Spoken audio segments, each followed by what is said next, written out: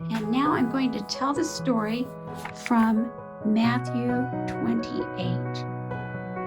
So the Sabbath day was over now, and it was dawn of the first day of the week.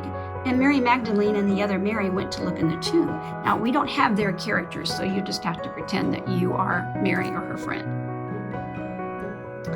And there was a powerful earthquake. An angel of the Lord came down from heaven. The angel went to the tomb. He rolled back the stone, and he sat on it. There he is, sitting right there on it. Now, there had been some guards there, and they were so afraid that they just shook and became like dead men. So maybe they fainted. But the angel spoke to the women, and he said, "Don't be afraid. I know that you are looking for Jesus who was crucified. He is not here. He is risen, just as he said he would. Come and see the place where he was lying. Go quickly. Tell his disciples, he has risen from the dead. He is going ahead of you into Galilee. You will see him. Now, I've told you."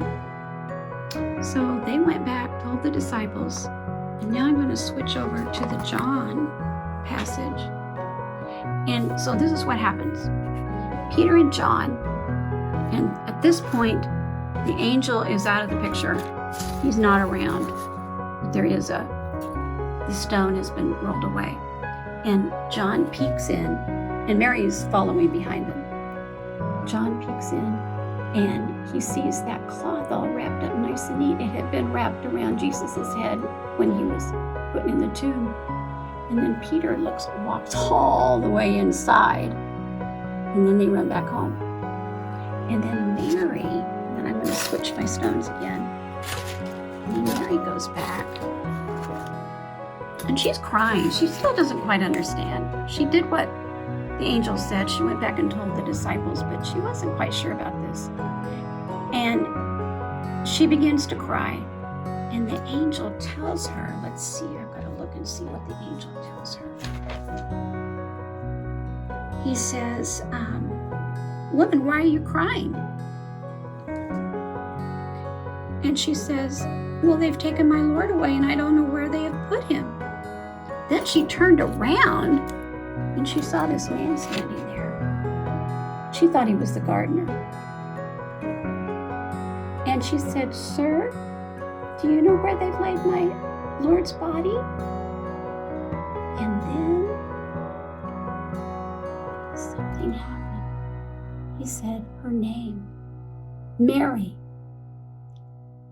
And she recognized his voice the minute he said her name. Do you recognize your parents when they say your name? They know you better than anybody else. And Mary knew Jesus so well. Maybe she didn't notice at first that there were nail marks in his hand to indicate that he had died on the cross. And so she bent down and she began to cling to his feet. And he said, "Oh, don't do that. I still need to go up to my Father." And that is my retelling. I'm going to stop there, but you could read some more. Well, happy Easter to all of you. And I want you to remember that Jesus loves you, and so do I.